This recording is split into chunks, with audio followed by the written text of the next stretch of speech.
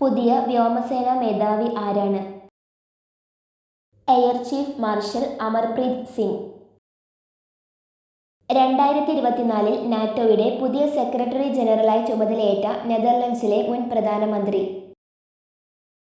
Mark Rutte. നാടൻ പശുക്കൾക്ക് രാജ്യമാതാ ഗോമാതാ പദവി നൽകാൻ തീരുമാനിച്ച സംസ്ഥാനം മഹാരാഷ്ട്ര.